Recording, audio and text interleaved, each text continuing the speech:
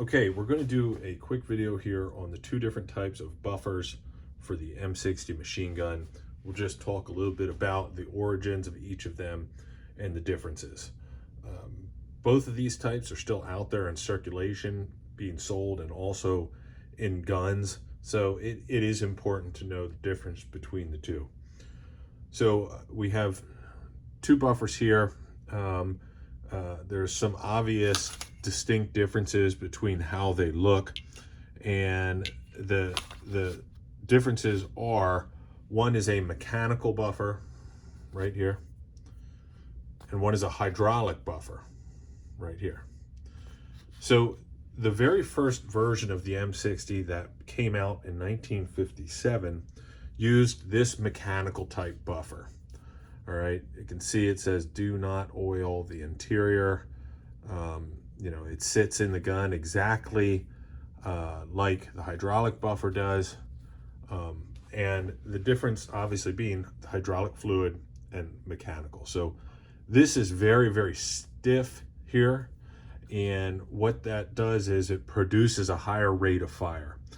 And if you think of other weapons platforms like the M240, the Mag 58, the first version of the M240, also used a mechanical buffer, and that thing fires insanely fast. Then they put a hydraulic buffer in it and it slowed it down. It's the same thing with the M60.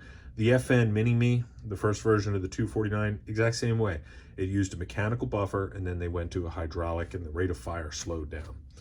So this is the very first version of this, and there's a cap on the end here, and there's basically a heavy spring inside of this buffer, and then you have your piston here. Okay, now they phased these out pretty fast, and I'm going to go over that. I have two new in the container buffers here, one from 1961, which is mechanical, and one from 1967. So by the Vietnam War, they had already done away with these mechanical ones. But they were still in service and used, and we'll get to that in a minute. Now, when we look at this hydraulic one, obviously it looks different.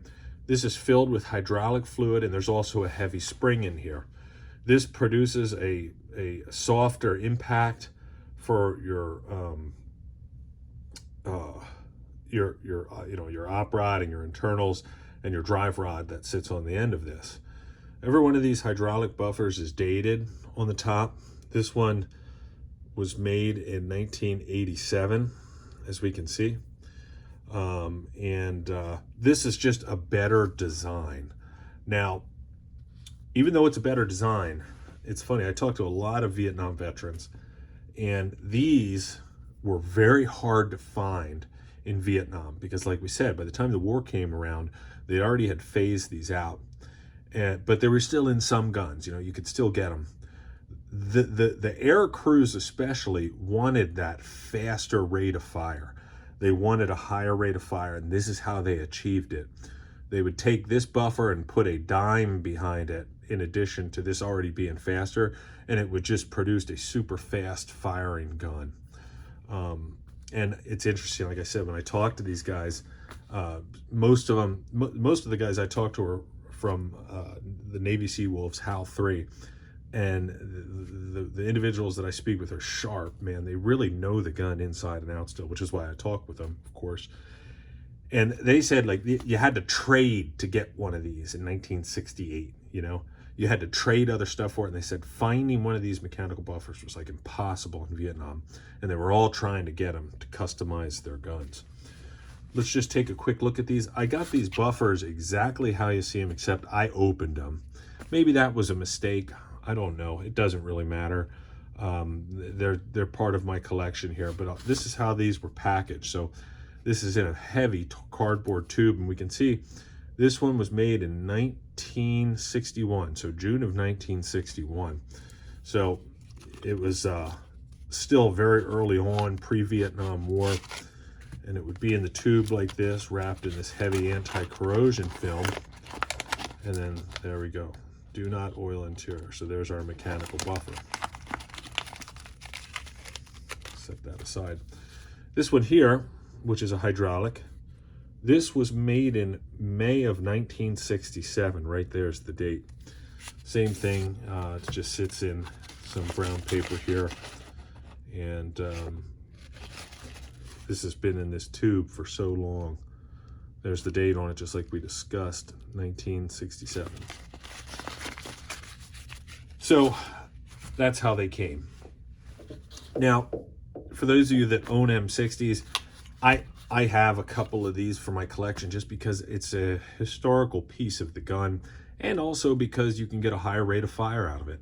I just think it's neat. And we get a lot of guns that come in that are like range rental guns that still have these. They'll last a long time. They're good, strong buffers. The difference is you have the hydraulic and you have the mechanical.